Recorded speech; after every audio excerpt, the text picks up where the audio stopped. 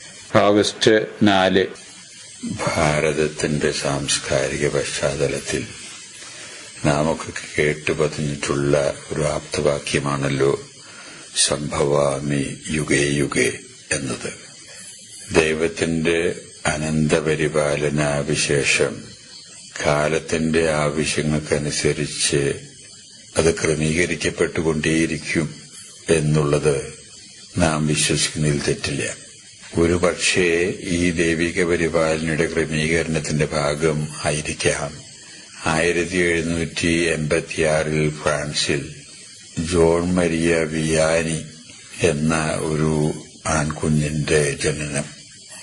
അദ്ദേഹം ഒരു കർഷക തൊഴിലാളി കുടുംബത്തിലാണ് ജനിച്ചതും വളർന്നതും. അതിനാൽ തന്നെ ദാരിദ്ര്യത്തിന്റേതായിട്ടുള്ള ചുറ്റുപാടുകൾ ആ കുടുംബത്തെ വലയം ചെയ്തിരുന്നു. ദാരിദ്ര്യത്തിന്റെ കഷ്ടപ്പാടുകൾ അനുഭവിക്കുന്നതിലുണ്ടാകുന്ന ബുദ്ധിമുട്ടുകളിനേക്കാൾ കൂടുതൽ ബുദ്ധിമുട്ട് വിയാനിക്ക് അനുഭവപ്പെട്ടത് കത്തോലിക്ക മതപഠനങ്ങള് നിഷിദ്ധമായിട്ടുള്ള ഒരു കാലഘട്ടമായിരുന്നു ഫ്രാൻസിൽ അന്ന്. രാത്രിയുടെ ഒളിവിലും മറ്റുമായിരുന്നു അന്നത്തെ വൈദികർ മതപഠനം തങ്ങളെ അജഗണങ്ങൾക്ക് നിർവഹിച്ചു പോന്നിരുന്നത്. അന്ന് ഫ്രാൻസിന്റെ ചക്രവർത്തിയായി സ്വയം അവരോധിതനായ നെപ്പോളിയൻ ബോണപാർട്ട് ആയിരുന്നു. അദ്ദേഹം മതപ്രവർത്തനങ്ങള് രാജ്യത്തിലുടനീളം നിഷേധിക്കാൻ ഇടവന്ന അവസരം. എന്നല്ല, യുവജനങ്ങളായിട്ടുള്ള എല്ലാവരും തന്നെ നിർബന്ധിതമായിട്ട് പട്ടാളത്തിൽ സേവനം ചെയ്യണം എന്നുള്ള കൽപ്പന പുറപ്പെടുവിച്ചിരിക്കുന്ന കാലഘട്ടമായിരുന്നു അത്. വിയാനി തന്റെ കുടുംബസ്വത്ത് വളരെ തുച്ഛമാണ് എന്ന് ഒരിക്കൽ തന്നെ ഉള്ള കുടുംബാവകാശം തന്റെ സഹോദരനായ ഫ്രാൻസിസിന് എഴുതിക്കൊടുത്തതിന് ശേഷം അന്നത്തെ രാജ്യത്തിന്റെ നിയമത്തില് ഉണ്ടായിരുന്ന ചില സാധ്യതകൾ പരിഗണിച്ചുകൊണ്ട് അദ്ദേഹം സെമിനാരിയിലേക്ക് പഠനത്തിനായി പോകുകയാണ് ഉണ്ടായത്. സൈനിക സേവനത്തിൽ നിന്ന് മാറി സെമിനാരി പഠനം ആരംഭിച്ചു. സെമിനാരിയിൽ ചെല്ലുമ്പോൾ അദ്ദേഹത്തിന് 29-30 വയസ്സുണ്ട്. അവിടെ ചെന്ന് പഠനം ആരംഭിച്ചപ്പോഴാണ് വളരെ ദുർഘടാവസ്ഥ അദ്ദേഹത്തിന് അനുഭവപ്പെട്ടത്. സെമിനാരി വിദ്യാഭ്യാസത്തിലെ അന്നും ഇന്നും അടുത്ത കാലം വരെ വിദ്യാഭ്യാസം മുന്നോട്ടു പോകണം എന്ന് വരികിലെ ലത്തീൻ ഭാഷയുടെ പരിജ്ഞാനം അത്യാവശ്യമായിരുന്നു. ഒരു ക്ലാസിക്കൽ ഭാഷയായ ലത്തീന്റെ അഭ്യാസനം വിയാനിക്ക് ഏറ്റവും ദുർഘടമായി തീർന്നു. എത്ര കണ്ട് പഠിച്ചാലും ലത്തീൻ ഭാഷ വിയാനിയുടെ തലയിൽ കയറുന്നില്ല. അതുകൊണ്ട് മറ്റ് സഹപാഠികളുടെ ഇടയിൽ മണ്ടൻ വിയാനി എന്ന രീതിയിലാണ് അറിയപ്പെട്ടിരുന്നത്. പരീക്ഷയ്ക്കൊക്കെ ഏറ്റവും താഴ്ന്ന മാർക്കാണ് വിയാനിക്ക് കിട്ടിയിരുന്നത്. കാരണം ലത്തീൻ പഠനം ഒരിക്കലും സാധ്യമല്ലാത്ത രീതിയിൽ വിയാനിക്ക് അനുഭവപ്പെട്ടു. അങ്ങനെ കാലങ്ങൾ കഴിഞ്ഞ് ഗുരുപ്പട്ട സ്വീകരണത്തിനുള്ള ഡീക്കന്മാരുടെ ഇടയിൽ നിന്നുള്ള സെലക്ഷന്റെ സമയം വന്നു. സെമിനാരിയിൽ വിയാനിയെ അതിനുവേണ്ടി തിരഞ്ഞെടുക്കണോ എന്ന് ബന്ധപ്പെട്ടവർ ചിന്തിച്ചപ്പോ അദ്ദേഹത്തിന് സന്മാർഗശാസ്ത്രം മുഴുവനും അഭ്യസിക്കാൻ സാധിച്ചിട്ടില്ല. അതിന്റെ കാരണം ലത്തീൻ ഭാഷ അദ്ദേഹത്തിന് തീരെ വശമില്ല. അതുകൊണ്ട് ഗുരുപട്ട സ്വീകരണത്തിനായി അദ്ദേഹത്തെ തിരഞ്ഞെടുക്കുന്നത് ശരിയായിട്ടുള്ള നടപടിയാകില്ല എന്നതിന്റെ അടിസ്ഥാനത്തിൽ അദ്ദേഹത്തെ സെമിനാരിയിൽ നിന്ന് പോലും വിടാനായിരുന്നു അധികാരികളുടെ ഏകദേശ തീരുമാനം. എങ്ങനെയോ ദൈവത്തിന്റെ പരിപാലന എന്ന് നമുക്ക് വിശേഷിപ്പിക്കാവുന്ന വിധത്തിൽ സ്ഥലത്തെ മെത്രാനച്ചൻ ഈ കാര്യത്തിൽ ഇടപെടുകയാണുണ്ടായത്. മെത്രാനച്ചൻ ഒരു ദിവസം സെമിനാരിയിൽ വന്ന് വിയാനിയുടെ റെക്ടറച്ചനെ സമീപിക്കുന്നു. റെക്ടറച്ചനോട് ചോദിക്കുന്നു, നമ്മുടെ വിയാനിയുടെ കാര്യം എങ്ങനെയുണ്ട്? റെക്ടറച്ചൻ പറയുന്നു, പഠനത്തിൽ വളരെ വളരെ മോശം. മെത്രാനച്ചൻ ചോദിക്കുന്നു, ആട്ടെ, അദ്ദേഹത്തിന്റെ സ്വഭാവം എങ്ങനെയാ? റെക്ടറച്ചൻ പറയുന്നു, വൈദിക വിദ്യാർത്ഥികളിൽ ഏറ്റവും മികച്ച സ്വഭാവമാണ് വിയാനിയുടേത്, പക്ഷെ പഠനത്തിൽ ഏറ്റവും താഴ്ന്നത്. അല്പം ആലോചിച്ചതിന് ശേഷം മെത്രാനച്ചൻ റെക്ടറച്ചനോട് പറയുന്നു, ദൈവത്തിൽ വിശ്വാസമുണ്ടല്ലോ അയാൾക്ക്, അതുകൊണ്ട് ദൈവത്തിലുള്ള വിശ്വസ്തതയും ഉണ്ടാകാം. ഏതായാലും വിയാനിക്ക് പട്ടം കൊടുക്കാൻ വേണ്ട കാര്യങ്ങൾ ചെയ്തുള്ളൂ. അങ്ങനെ പ്രത്യേകമായ ഇടപെടലിന്റെ അടിസ്ഥാനത്തിലും കൂടിയാണ് ഗുരുപ്പട്ട സ്വീകരണം വിയാനിക്ക് സാധിച്ചത്. അങ്ങനെ കൊച്ചച്ഛനായി അഭിഷേകം ചെയ്തതിനു ശേഷം ചെറിയ ഇടവകളിലെ 1-2 അദ്ദേഹം അസ്ഥേന്തിയായിട്ട് അദ്ദേഹത്തിന് നിയമനം കിട്ടി. അതിനുശേഷം ആദ്യമായിട്ട് അദ്ദേഹത്തിന് വികാരി എന്ന നിലയിലെ നിയമനം ലഭിക്കുന്നത് ഫ്രാൻസിൽ തന്നെയുള്ള കുപ്രസിദ്ധമായ ആർട്സ് എന്ന് പറയുന്ന ഇടവകയിലേക്കായിരുന്നു. ആർട്സ് ഇടവക അന്ന് എല്ലാ തരത്തിലും കുപ്രസിദ്ധി ആർജിച്ചിരുന്ന ഒരു സ്ഥലമായിരുന്നു. എല്ലാതരം തെറ്റുകളും തിന്മകളും നിറഞ്ഞ ജനങ്ങൾ ജീവിക്കുന്ന ഒരു സ്ഥലം. ഒരു തരത്തിൽ പറഞ്ഞ ഒരു അധോ ലോകം എന്ന് തന്നെ പറയാം. ഗുണ്ടകളുടെ വിളയാട്ടം, സാമാർഗികമായിട്ട് അധപ്പതിച്ചൊരു സ്ഥലം.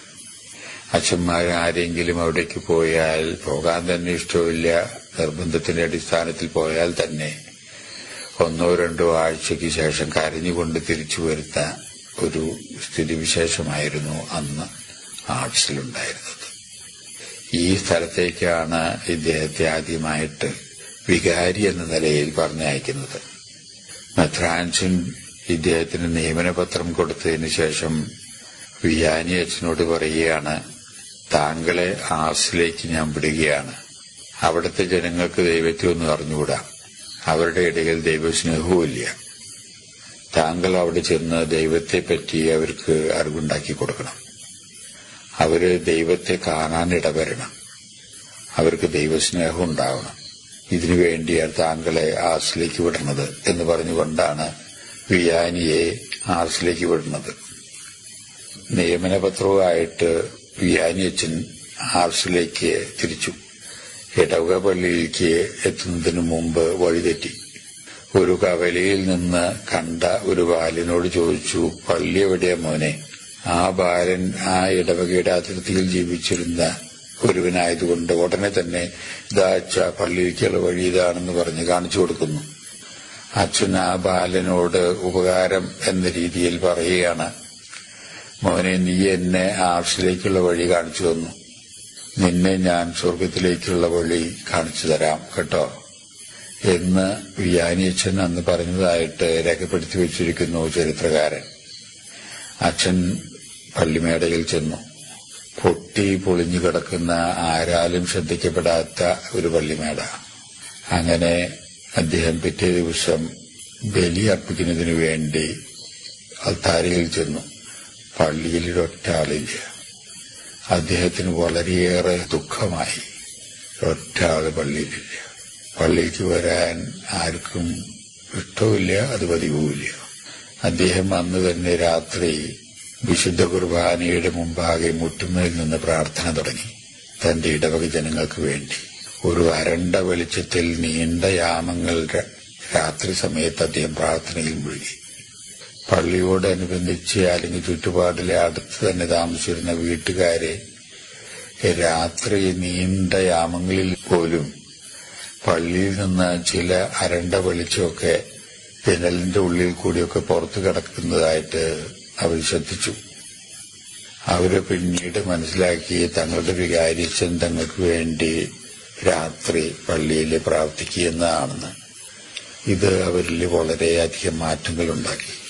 അങ്ങനെ കണ്ടവരെ മറ്റുള്ളവരോടും പറഞ്ഞ് ക്രമേണ പള്ളിയിലെ ആളുകൾ വരാൻ തുടങ്ങി. പള്ളിയിൽ വന്ന ആളുകളോട് വിയാനിയച്ഛൻ സംസാരിക്കും, ദൈവവചനം അവരെ പറഞ്ഞു കേൾപ്പിക്കും. വളരെ വാചാലമായിട്ടുള്ള ഒരു പ്രഭാഷകനൊന്നുമല്ല വിയാനി. ലളിതമായ രീതിയിൽ കഥകളിൽ കൂടിയും അദ്ദേഹം ദൈവവചനത്തിന്റെ പ്രസക്തി, മൂല്യങ്ങള് അവരെ അറിയിക്കാൻ തുടങ്ങി. അത് കഴിഞ്ഞ് അദ്ദേഹം കുമ്പസാരക്കൂട്ടിൽ ഇരിക്കാൻ തുടങ്ങി. വളരെ ക്ഷമയോടും സ്നേഹത്തോടും കൂടെ ആ ഇടവക ജനങ്ങളുടെ പാപസങ്കീർത്തനം കേട്ടു. നീണ്ട മണിക്കൂറുകൾ തന്നെ പിന്നീട് കുമ്പസാരക്കൂട്ടിൽ കഴിഞ്ഞുകൂടാൻ ഇടവരുന്നു. 12 എന്നല്ല, ചില ദിവസങ്ങളിൽ 18 മണിക്കൂർ പോലും നീണ്ട് അദ്ദേഹം കുമ്പസാരക്കൂട്ടിൽ കഴിഞ്ഞിരുന്നു എന്നാണ് ചരിത്രത്തിൽ നിന്ന് മനസ്സിലാകുന്നത്. ഭക്ഷണം കഴിക്കാൻ പോലും പുറത്തു പോകാതെ ഒരു ഉരുളക്കിഴങ്ങ് കീശയിലിട്ടിട്ട് പുഴുങ്ങിയത് അങ്ങനെ കുറച്ച് വെള്ളവും കഴിച്ച് കുമ്പസാരം കൂട്ടി തന്റെ അജഗണത്തെ ആശ്വസിപ്പിക്കാനും പാപമോചനം നൽകാനും അദ്ദേഹം ചെലവഴിച്ചു. അദ്ദേഹത്തിന്റെ ആത്മാർത്ഥതയും പ്രതിബദ്ധതയും ത്യാഗമനസ്ഥിതിയും ക്ഷമയും ഒക്കെ കണ്ട് ജനങ്ങള് കൂടുതൽ കൂടുതൽ പള്ളിയിലേക്ക് വരാൻ തുടങ്ങി. എന്നല്ല, ക്രമേണ ആ പരിസരത്തിലെ ഒരു വലിയ മാറ്റം, ആധ്യാത്മികമായ മാറ്റം. അധികം നാള് കഴിയുന്നതിന് മുമ്പ് പള്ളിയിലെ ജനങ്ങൾ നിറഞ്ഞ്, പക്ഷേ അതധികം പോകുന്നതിന് മുമ്പ് ആ ഇടവകയിലെ ഒരു കുത്തിത്തിരിപ്പ് വികാരിച്ചിനെതിരായിട്ട്, അതിലെ പ്രത്യേക താല്പര്യക്കാരെ ആയിരുന്നു അതിന്റെ പുറകിലെ. അവര് പറഞ്ഞു, അദ്ദേഹം ശരിക്ക് പട്ടം പോലും ഏറ്റിട്ടില്ല, സന്മാർഗശാസ്ത്രമൊന്നും പഠിച്ചിട്ടില്ല, എന്നിട്ട് കുമ്പസാരക്കൂട്ടിലിരിക്കുക, എന്തോ അബദ്ധം ചെയ്യുന്ന കാര്യം എന്ന രീതിയിൽ പോലെ വികാരത്തിനെതിരായിട്ട് ഏഷ്ണികളും കിംവദന്തികളും ഇടവകയിൽ മുഴുവനും പ്രചരിപ്പിച്ചു. ചിലരൊക്കെ അത് വിശ്വസിക്കാൻ തുടങ്ങി. അങ്ങനെ അദ്ദേഹത്തിന് ഒരുപാട് മൂകെഴുത്തുകളൊക്കെ വരുന്നു. ഇത് മെത്രാൻസിന്റെ ചെവിട്ടിലും എത്തുന്നു. മെത്രാൻസൻ ഒരു കമ്മീഷനെ വെക്കുന്നു. റിപ്പോർട്ട് വന്ന് എന്തായാലും വിയാനിയെ ശിക്ഷിക്കാൻ ഇടവന്നില്ല എന്നുള്ളതാണ് സത്യം. അങ്ങനെ നീണ്ട വർഷങ്ങള് അദ്ദേഹം അവിടെ തന്നെ വികാരിയായിട്ട് ജോലി ചെയ്യുന്നു. ക്രമേണ കുപ്രസിദ്ധമായിരുന്ന ആർട്സ് വളരെ സുപ്രസിദ്ധമായിട്ടുള്ളൊരു സ്ഥലമായി തീരുന്നു. ക്രൈസ്തവ ജീവിതത്തിൽ വളരെ വളരെ സജീവമായി ഉള്ള അംഗങ്ങളുള്ള ഒരു ഇടവകയായിട്ട് ക്രമേണ ആർട്സ് മാറുന്നു.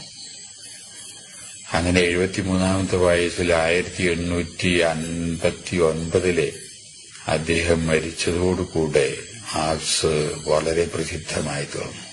അദ്ദേഹത്തിന്റെ മരണത്തിന് ശേഷം 2009 150 വർഷം തികയാണ്. ഈ 150 വർഷം തികയുന്ന ഈ അവസരത്തിൽ ആഗോള വ്യാപകമായ കത്തോലിക്ക സഭയിൽ സവിശേഷമായ ഒരു വർഷാചരണത്തിന് തുടക്കം കുറിച്ചിരിക്കുകയാണ് സഭ. വൈദിക വർഷം, യേശുക്രിസ്തുവിന്റെ വിശ്വസ്തത, വൈദികന്റെ വിശ്വസ്തത എന്ന മുദ്രാവാക്യമാണ് ഈ വൈദിക വർഷത്തിന്റെ സൂത്രവാക്യം എന്ന രീതിയിൽ എടുത്തിരിക്കുന്നത്. ജോൺ മരിയ വിയാനിക്ക് ആകെയുണ്ടായിരുന്ന സമ്പത്ത് ഒരുപക്ഷെ ദൈവത്തിനോടുള്ള വിശ്വസ്തതയായിരിക്കാം, തന്റെ ഇടവക ജനങ്ങളോടുള്ള വിശ്വസ്തതയായിരിക്കാം, തന്റെ വിളിയോടുള്ള വിശ്വസ്തതയായിരിക്കാം. ഇതിൽ നിന്നായിരിക്കാം ഒരുപക്ഷെ ഈ സൂത്രവാക്യം തിരഞ്ഞെടുക്കപ്പെട്ടിട്ടുള്ളത്. അതുകൊണ്ട് യേശു തന്റെ പിതാവായ ദൈവത്തിനോട് ജീവിതത്തിൽ എങ്ങനെ വിശ്വസ്തത പുലർത്തിയോ അതുപോലെ യേശുവിന്റെ വൈദികൻ യേശുവിനോട് വിശ്വസ്തത പുലർത്തേണ്ടവരാണ് എന്നുള്ളതാണ് വിയാനിയുടെ ജീവിതത്തിൽ നിന്ന് ഉരുത്തിരിഞ്ഞു വരുന്ന ആശയം. ആ വിശ്വസ്തതയുടെ പ്രതിഫലമായിട്ട് എന്ന വിധത്തിൽ നമ്മുടെ പ്രവർത്തനങ്ങളൊക്കെ ധന്യമായി തീരുന്നത് കാണാം. അങ്ങനെ ഒരു തരത്തിൽ പറഞ്ഞാൽ ഇന്ന് തിരുനാൾ ആഘോഷിക്കുന്ന ജോൺ വിയാനിയുടെ ജീവിതം നമ്മുടെ മുമ്പിൽ തരുന്ന സന്ദേശം, ജോൺ വിയാനി എവിടെ പ്രവർത്തിച്ചുവോ അവിടത്തെ ജനങ്ങൾക്ക് ദൈവത്തിന്റെ ഒരു ദാനമായിട്ടും ദൈവത്തിന്റെ അനുഗ്രഹമായിട്ട് തീരാൻ അദ്ദേഹത്തിന് സാധിച്ചു എന്നുള്ളതാണ്. എന്നാൽ നാം ഇതേ ചൈതന്യം ഏറ്റുവാങ്ങി നാം എവിടെയൊക്കെ പ്രവർത്തിച്ചാലും എന്തൊക്കെ ചെയ്താലും അതിന്റെ ഫലമായിട്ട് ചുറ്റുപാടുകളിൽ ദൈവത്തിന്റെ ദാനമായിട്ടും ദൈവത്തിന്റെ അനുഗ്രഹമായിട്ടും നാം ആയിത്തീരണം. അത് ചുറ്റുപാടുകളിൽ ജനങ്ങൾക്ക് ശാപം എന്ന രീതിയിൽ ആകുക എന്നതിനേക്കാൾ അനുഗ്രഹമായിട്ട് ഭവിക്കണം നമ്മുടെ സാന്നിധ്യം. ഇത് നമ്മുടെ ഒരു ലക്ഷ്യമായിട്ട് ആദർശമായിട്ട് ജീവിതത്തിൽ കരുതണം.